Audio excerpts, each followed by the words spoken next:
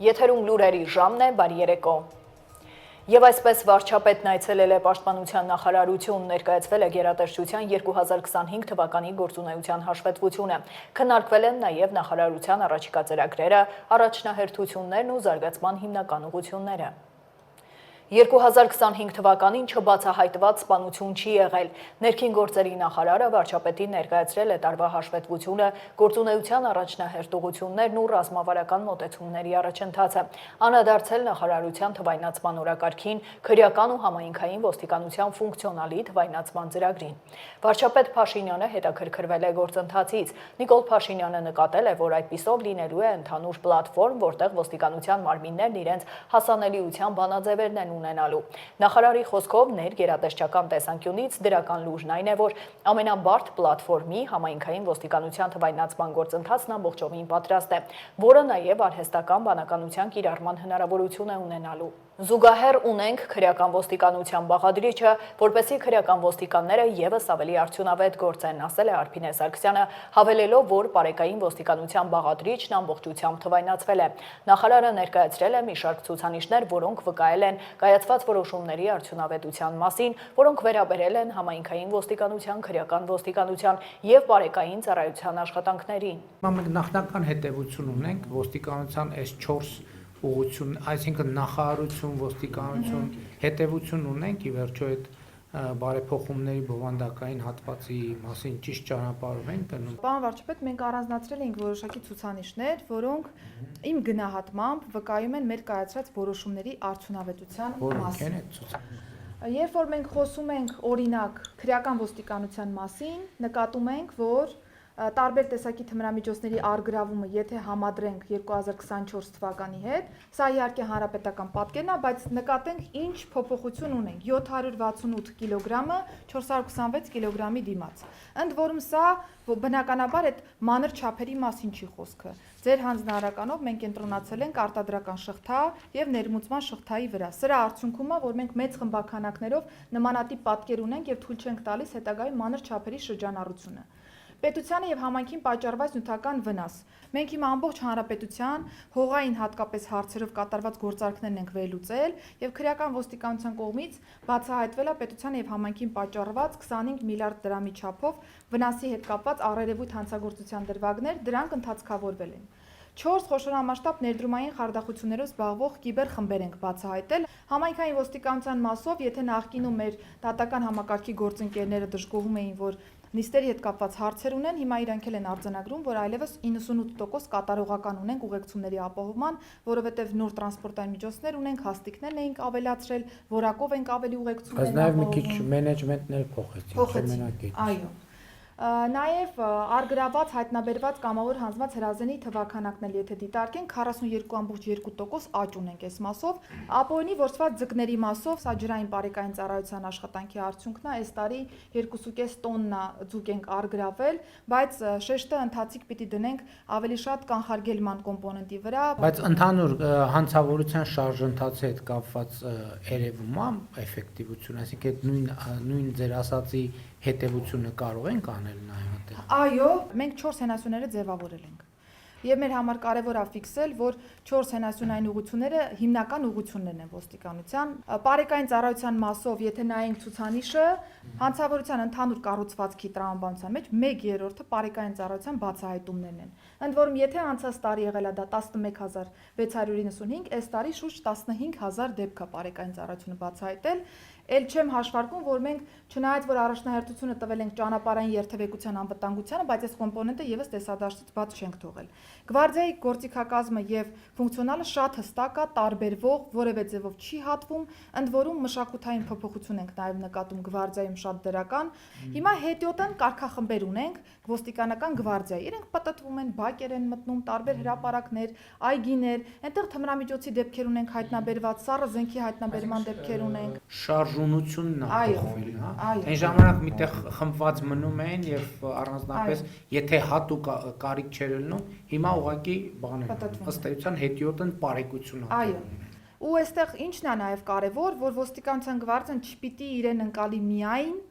հասարակական կարգի եւ անվտանգության ապահովող հավաքների ժամանակահատվածում, ոստիկանության ծառայողեն ցանկացած ազատ ժամանակահատվածում պիտի լծված լինեն ոստիկանի առջև դրված խնդիրների իրականացմանը։ Եվ մենք ունենք 146 հանցագործության դեպք, որն արդեն ընդ որում շուրջ 2 ամսվա կտրվածքով, որոնք որ բացահայտվել են հենց գվարդիայի ծառայողների կողմից։ Վարչապետը Facebook-յան տեսաուղերձում անդրադարձել է պատահարներին, ներկայացրել վիճակագրություն, նշել, որ 2024 թվականին եւ 25 թվականին Հայաստանի ճանապարհներին 95 կյանք է խնայվել։ Նիկոլ Փաշինյանը խոսել է նաեւ ժամանակ առ ժամանակ կառավարության հասցեին հնչող քննադատությունների մասին, կապված ճանապարհատրանսպորտային պատահարների թվի հետ։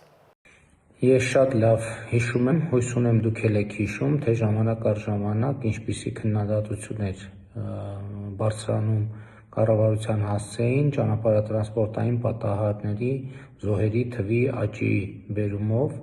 եւ վերջին տարիներին մենք շատ կարեւոր մի փոփոխություն ենք արձանագրել ճանապարհատրանսպորտային պատահարների զոհերի թիվը կայուն ձևով նվազում է մասնավորապես եթե համեմատենք 2023 թվականի հետ 24 թվին նվազումը 45 է, այսինքն 45 զոհով պակաս, իսկ 25 թվականին, 2025 թվականին 50 զոհով պակաս, եւ սա այն պայմաններում, երբ ավտոմեքենաների թիվը ամեն օրվա հետ աճում է։ Մենք ընդհանուր առմամբ փաստորեն 2 տարվա արդյունքներով շուրջ 95 կյանք է խնայվել ճանապարհատրանսպորտային պատահարներից եւ մենք վերլուծում ենք, թե որոնք են այս փոփոխության պատճառները եւ մեր եզրակացությունը միանշանակ է, որ պատճառներից մեկը ալկոհոլի ազդեցության տակ մեքենա վարող վարորդներին վարորդական իրավունքից զրկելն է, այսինքն խմացություն ունեցող վարորդներին վարորդական իրավունքներից զրկելն է։ Պարզ է, որ դա ոչ մեկի համար հեշտ որոշում չէ եւ նաեւ ես նամակներ եմ ստանում քաղաքացիներից, ովքեր ասում են, որ միջնորդում են, որպեսզի ժամկետից շուտ վերականգնվի վարորդական իրավունքը եւ այլն, բայց հիմա իմ խոսքը բոլորովին այլ բանի մասին է։ Մենք այո, բազմաթիվ քաղաքացիներ, ովքեր խմած վիճակում ավտոմեքենա են վարել, զրկվել են վարորդական իրավունքից, բայց մյուս կողմից այդ որոշումների արդյունքում մենք 95 պայմանական մարդու կյանք փրկել ենք։ Եվ իհարկե ես գիտեմ, որ կան մարդիկ, ովքեր դժգոհ են խմացության բերումով վարորդական իրավունքից զրկված լինելու համար, բայց որևէ մեկը չգիտի, թե 95 պոտենցիալ զոհերի մեջ ով եւ ում ընտանիքի անդամը կլինի։ Այնպես որ ես կարծում եմ, որ մեր հանրության շրջանում պետք է լինի կոնսենսուս, համաձայնություն, որ խմած ոչ սթափ վիճակում ավտոմեքենա վարող վարորդները պետք է զրկվեն վարորդական իրավունքից։ Մենք չենք ուզում, որ նրանք զրկվեն վարորդական իրավունքից։ Մենք ուզում ենք, որ նրանք ալկոհոլ օգտագործած խմած վիճակում ավտոմեքենա չվարեն, որովհետև ելի եմ ասում, ոչ մեկ չգիտի, թե ում կյանքերն են փրկվել այս գործողությունների արդյունքում։ Վստահաբար ներառյալ նաև զրկված վարորդների ընտանիքների անդամների կյանքերը։ Շարունակենք Արագածոտնի թեմի առաջնորդ Տեր Մկրտիչ եպիսկոպոս Պրոշյանը եւս մեկ ամիս կմնա կալանքի տակ։ Դատարանը երկարաձգել է ժամկետն ու վերացրել բոլոր սահմանափակումները։ Հանրային մեղադրողը միջնորդել էր 3 ամսով երկարաձգել կալանքը։ Հիշեցնեմ, Մկրտիչ եպիսկոպոս Պրոշյանը կալանավորված է հոկտեմբերի 16-ից 2 ամսով, այնուհետև եւս 2 ամսով երկարաձգվել էր կալանքը։ Նա մեղադրվում է 2 հոդվածով՝ ընտրական իրավունքին խոչընդոտելը, իշխանական կամ ծառայողական լիազորություններն օգտագործելով եւ հավաքներին մասնակցելուն հարկադրելը կրկին լիազորություններն օգտագործելով։ Նշված քրեական գործով տուժողներ են ճանաչվել Տեր Թադեն ու Տեր Արամը։ Մենք ունենք լուրջ պատճառներ, որ պետությունը պիտի մեզ անվտանգություն տրամադրել, որովհետև այստեղ հնարավոր է, որ վնասվեր ոչ միայն ես, այլ նաև իմ ընտանիքը եւ նաև ինձ հետ տուժող Տեր Թադեի ընտանիքը եւ կա տեսանյութերը նախաքննական մարմին մենք տրամադրել ենք, թե ինչպես են շրջափակել մեր տունը, ինչպես են վախեցրել ինձ, իմ կնոջը, երեխաներիս։ Շարունակության մեջ պիտի շեշտեմ, որ մենք նաև մեր կարգալծությունը չենք ընդունում, որովհետև որ հարգարժան փաստաբանն ասաց, որ փաստացի այս մարդիկ կարգալուց եղած են եւ որևէ առնչություն չունեն հայ առաքելական եկեղեցու հետ, ուզում եմ հարգարժան փաստաբանին որպես հոգևորական տեղեկացնել, որ եթե անգամ ընդունենք մեր կարգալուծությունը, դա դեռ չի զրկում մեզ հայ առաքելական եկեղեցու ուրեմն զավակ լինել եւ կարգալուծությունը դեռ չի նշանակում առհասարակ հայ առաքելական եկեղեցուց լինել դուրս եւ որոշողը կարծում փաստաբանը չպետք է լինի, մենք հայ առաքելական եկեղեցու անդամ ենք, թե ոչ։ Հաջորդը, որ դարձյալ կուզեմ շեշտել, այստեղ կարևոր է, որ մենք գիտակցենք ու հասկանանք, որ բացի մեր հոգևորական լինելը, մենք նաեւ Հայաստանի Հանրապետության քաղաքացիներ ենք եւ որպես Հայաստանի Հանրապետության քաղաքացիներ, եթե մեր իրավունքները ոտնահարված է, իսկ մենք այստեղ տեսնում ենք, որ փաստացի, ուրեմն եկեղեցական վերադասը իր արտոնություններից օգտվելով նաև եկեղեցական հակականոնական կեցվածք է ընդգրկել, ընդունել, որովհետև տվյալ մարմինը, որը որ զբաղվում է մեր կարգալուծություններով, դրա ոչ բոլոր անդամներն են ստորագրել, այսինքն այն մարմինը, այն խորհուրդը, որը ստեղծվել էր կարգալուծությունների հարցը քննարկելու համար, այդ մարմնի ոչ բոլոր անդամներն են համաձայն եղել մեր կարգալուծության հետ։ Հետևաբար տվյալ մարմինը այնտեղ էլ անգամ խնդիր կա, որտեղ ստեղծված մարմինը իր գնահատականը բացասական է տվել, իսկ Ամենայն հայոց կաթողիկոսը հաշվի չի առել այդ մարմնի տված գնահատականը։ Եվ վերջինը, որ կուզենամ կրկնել, այստեղ փաստաբանը շեշտեց, որ այս մարդիկ հաշվի չեն առել ամենայն հայոց կաթողիկոսի խոսքը, ես ինքս անձամբ ուզում եմ շեշտել, որ ես հաշվի եմ առել ամենայն հայոց կաթողիկոսի խոսքը, այն հրահանգը, որ իջեցվել էր ընդհանուր այս իրավիճակի չստեղծման համար, բայց փաստացի հակառակ կողմը ինքը առաջինն է հերքել կամ չի կատարել ամենայն հայոց կաթողիկոսի խոսքը։ Իսկ դուք փաստացի ներկայում եք հովանավորանքում եք աշխատում։ Այո։ Ծառայություն եք։ Այո, քանի որ չեմ ընդունում իմ կարգալուծությունը եւ պաշտոնի չարաշահում եմ համարում դա, շարունակում ծառայել։ Իսկ թե հոգեվորականների հետ դուք ինչ-որ շփվում եք, ընդհանուր թե դուք գնում եք հովանավորան, հիմա չեք շփվում, այսինքն թե ես ճիշտ եմ հասկանում, կենտրոնական մարմինը գտնվում է աշտարակում։ Կենտրոնական մարմինը գտնվում է աշտարակում, առհասարակ ինչի վերաբերում է կալանքի հարցով մնա թե չմնա, բայց քանի որ թեմի կողմից շարունակում էին խոչընդոտել մեր աշխատանքը եւ կամ վարչական ղեկավարն է խոչընդոտում կամ միգուցե նաեւ թեմի նախկին առաջնորդը, հետեւաբար մենք մեր այս աշխատանքային process-ի մեջ խոչընդոտների հանդիպել ենք եւ ոչ թեմը ունի վարչական խորհուրդ, այո, թեմի վարչական խորհուրդը հաշվի չառնելով մեր անմեղության կանխավարկածը որոշակի խոչընդոտներ է հարուցել մեր ծառայության մասին։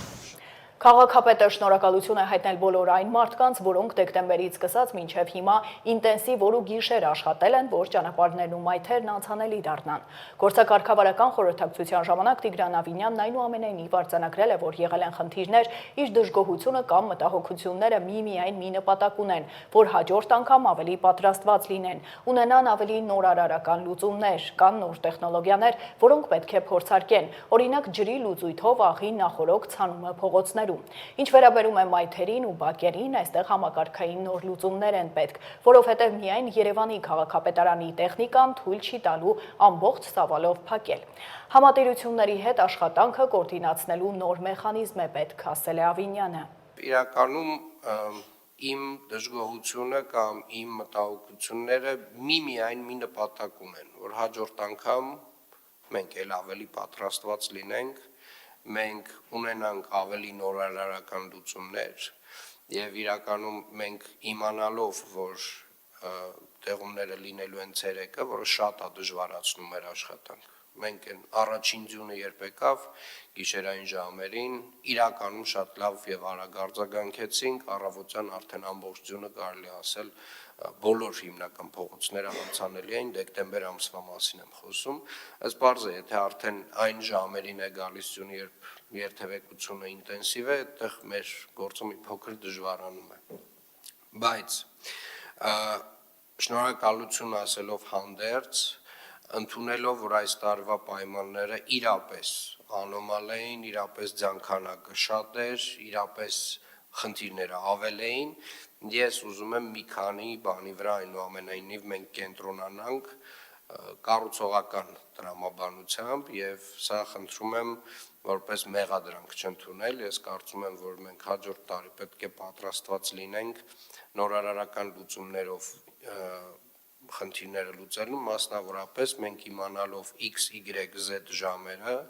նոր տեխնոլոգիաներ կան, կարծում եմ, որոնք որ պետք է մենք էլ փորձարկենք, մասնավորապես ջրի լուծույթով աղի նախորոք ցանումը փողոցներում։ Այսինքն կան մեթոդներ, որոնք որ մենք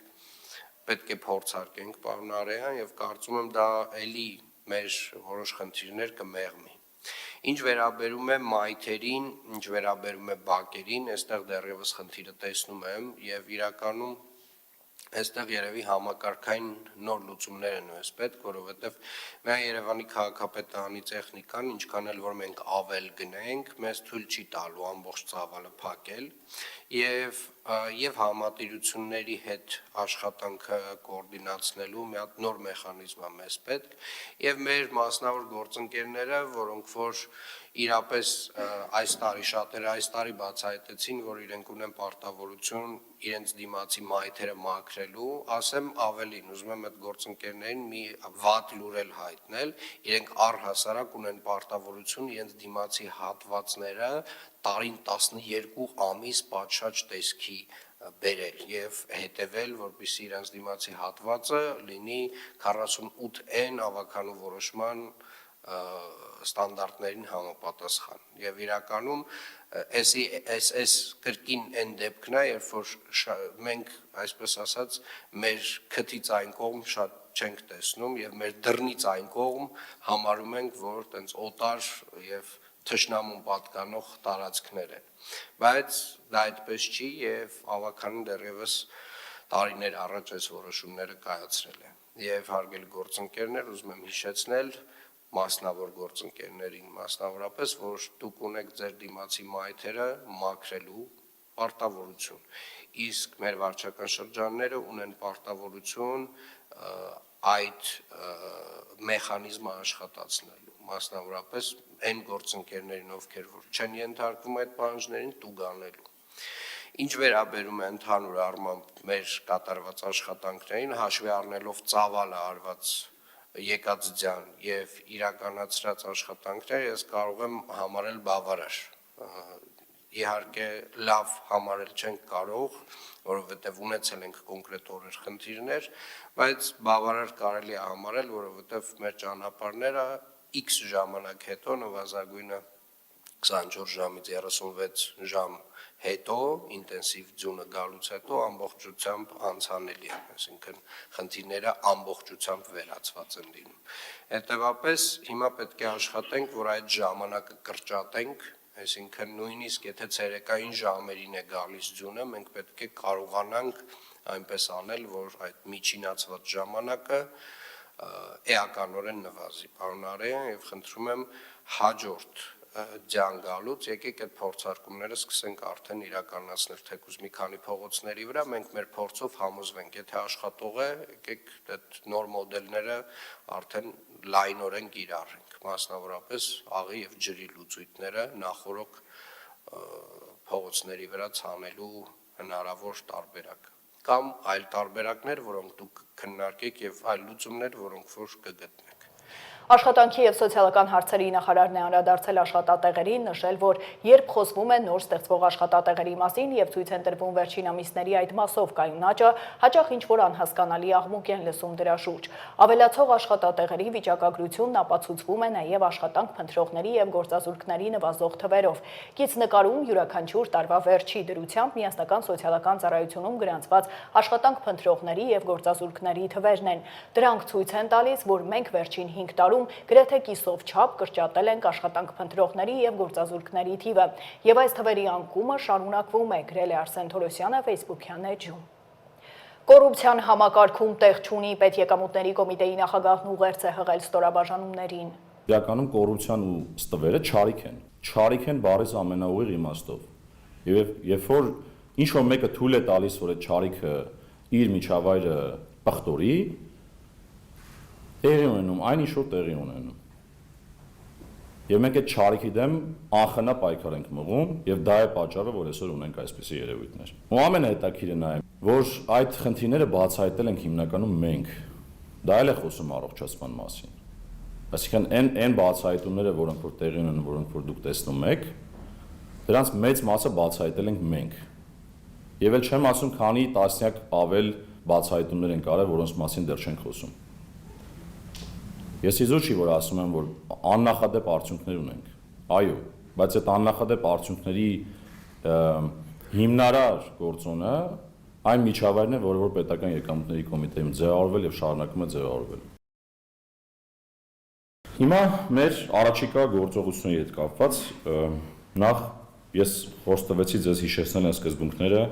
որոնց մասին մենք շատ ենք խոսում եւ որոնց շուրջ պիտի կառուցվի այն ամբողջ արժե համակարգը, որը պետական եկամուտների կոմիտեում պիտի դրսևորվի հավերժ։ Առաջինը՝ չի հանդուրժվելու միջակցությունը հին կարծրատիպերի դրսևորումը։ Երկրորդ՝ մարդակենտրոնությունը եւ մարդկային արժեքները լինելու են առաջին տեղում եւ կան առաջին տեղում։ Հայրենիքի զարգացմանը նվիրումը պետք է նկատվի բոլոր գործողություններում։ Կոռուպցիոն եւ անօրինական ցանկացած երևույթ կոշտ արձագանք է ստանալու։ Եվ ես պաշտոնական մեկնարկին եմ խոստովել, հիմա էլ եւս ամենայն պատասխանատվությամբ հայտարարում դրա մասին, որ դա պահանջելու եմ եւ ինձնից եւ բոլոր նրանցից, ովքեր մյուս նախորդ տարի եւ դրան շարունակող ժամանակահատվածում կլինեն մեր հետ եւ կկիսեն այս սկզբունքները։ Եվ ուզում եմ ձեզ վստահեցնել, որ մենք միջևեր կանգնած ենք այս սկզբունքները պահպանող աշխատակիցների կողքին,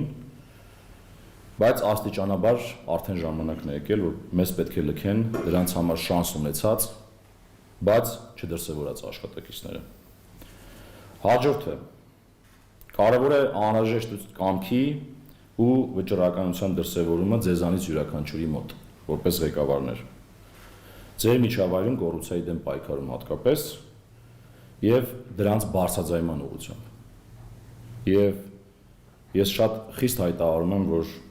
ցանկացած աշխատակցի կոռուպցիոն դրսևորում իր անմիջական ղեկավարի եւ իր ղեկավարների հարցն ու պատասխանատվությունը։ Եվ իհարկե ամենաառանցքային գործողությունը, որը կլինի առաջիկա ժամանակաշրջանում, եւ դուք կտեսնեք, կլինեն կադրային մի շարք էական փոփոխություններ։ Նշածս տրամաբանության ներքո։ Այժմ առաջարկում եմ ծանոթանալ աշխարհում կատարվող իրադարձություններին։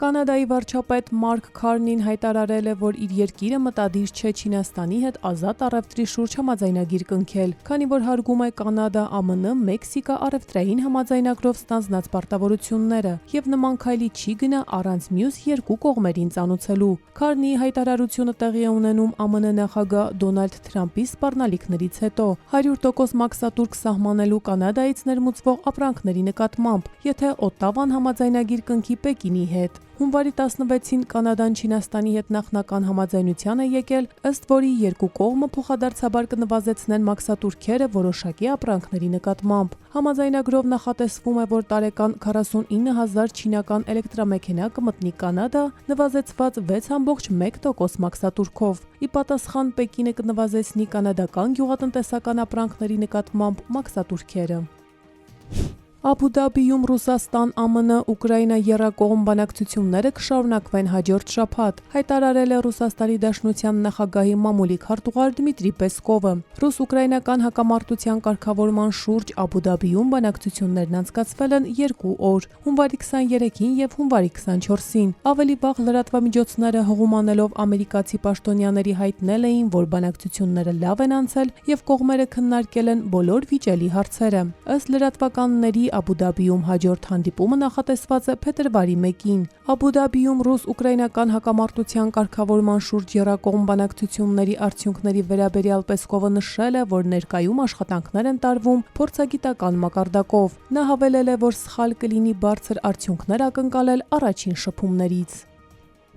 Ադրբեջանի նախագահ Իլհամ Ալիևն ընդունել է Իսրայելի արտաքին գործերի նախարար Գիդեոն Սաարին։ Զրույցի ընթացքում անդրադարձ է կատարվել օրեր առաջ Դավոսում Ադրբեջանի եւ Իսրայելի նախագահների հանդիպմանը, որի ընթացքում քննարկվել են երկկողմ օրակարգին վերաբերող հարցեր։ Ընդգծվել է երկու երկրների միջև հարաբերությունների հաջող զարգացումը տարբեր ոլորտներում, այդ թվում առևտրատնտեսական, էներգետիկ, զբոսաշրջային եւ այլ ուղղություններով։ Նշվել է գյուղատնտեսության, ջրային ռեսուրսների կառավարման եւ բարձր տեխնոլոգիաների, այդ թվում արհեստական բանականության ոլորտներում համագործակցությունը եւ անդրադարձ է կատարվել տարբեր մակարդակներում փոխադարձ այցելությունների եւ շփումների ներդրմանը համագործակցության խորացման գործում։ Հանդիպման ընթացքում մտքերի փոխանակում է տեղի ունեցել փոխադարձ հետաքրքրություն ներկայացնող այլ հարցերի շուրջ։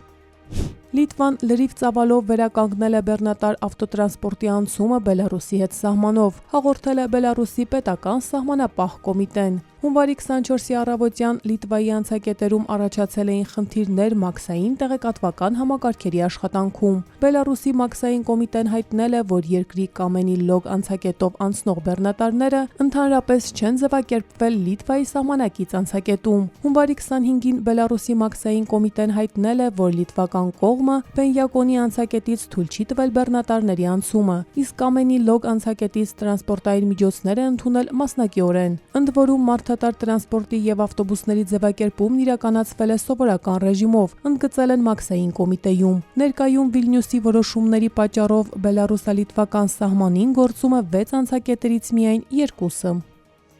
Իրանի արտաքին գործերի նախարարության խոսնակ Էսմայիլ Բաղային հերքել է արևմտյան լրատվամիջոցների հաղորդումները երկրում անկարգությունների ժամանակ 30,000 զոհի մասին։ Այդ հայտարարություններն անվանելով սուտ Հիտլերի ոճով։ Այս մասին նա գրել է X սոցիալական հարթակում։ Իրանում ազգային արժույթի փոխարժեքի կտրուկ անկման եւ գնաճի պատճառով բողոքի ակցիաները սկսվել էին դեկտեմբերի 28-ին։ Հունվարի 8-ից, ինչպես հայտարարել է Իրանի արտաքին գործերի նախարար Աբբաս Արաղչին, ցուցարարների շարքերում հայտնվել էին զինված ահաբեկիչներ։ Թեհրանն անկարգությունների կազմակերպման համար պատասխանատու է համարում Իսրայելին եւ Միացյալ Նահանգներին։ Հունվարի 23-ին Իրանում պաշտոնապես հայտնել են, որ զոհվածների ընդհանուր թիվը կազմել է 3117, որոնց թվում կան ինչպես խաղաղ բնակիչներ, այնպես էլ անվտանգության ուժերի աշխատակիցներ։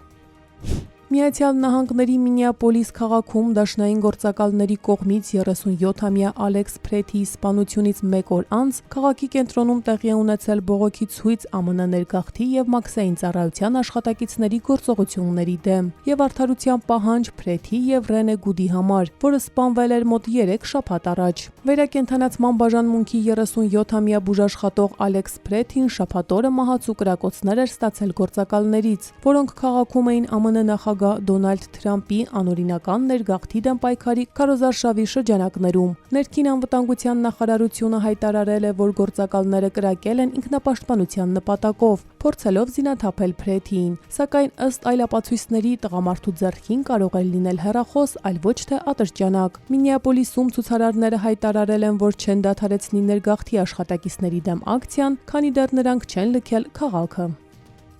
Ինդոնեզիայի արևմտյան Ճավայի նահանգում սողանքի հետևանքով զոհերի թիվը հասել է 25-ի։ Այս մասին հաղորդում է Ինդոնեզիայի տարերային աղետների կառավարման գործակալությունը։ Ինչպես նշվում է, որոնողափրկարարական գործողությունը շարունակվում է։ 65 մարդ դեռ համարվում է անհետ կորած։ Դրա հետ մեկտեղ որոնողական աշխատանքները բազմիցս դադարեցվել են տեղատարապ անձրևների, անկայուն գրունտի եւ կրկնվող սողանքի պատճառով։ Միջադեպը տեղի է ունեցել հունվարի 24-ին Բանդունգ Բարետ շրջանում, որտեղ տեղատարապ անձրևների պատճառով սողանքի տակ է մնացել Պասիր Լանգու բնակավայրը։ Արմինե Գևորգյան, Update լրատվական։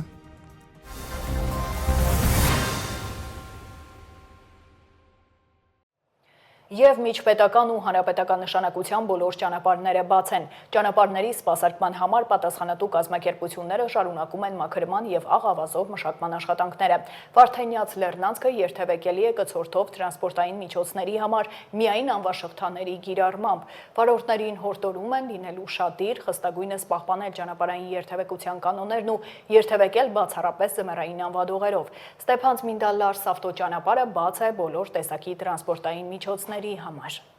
Այսքանը դուք դիտում եք Update լրատվականը, հիշեցնեմ վարքյանները անց վերլուծությունն է բաց չթողնեք, իսկ ես ձեզ հրաժեշտ եմ տալիս, հաջողություն։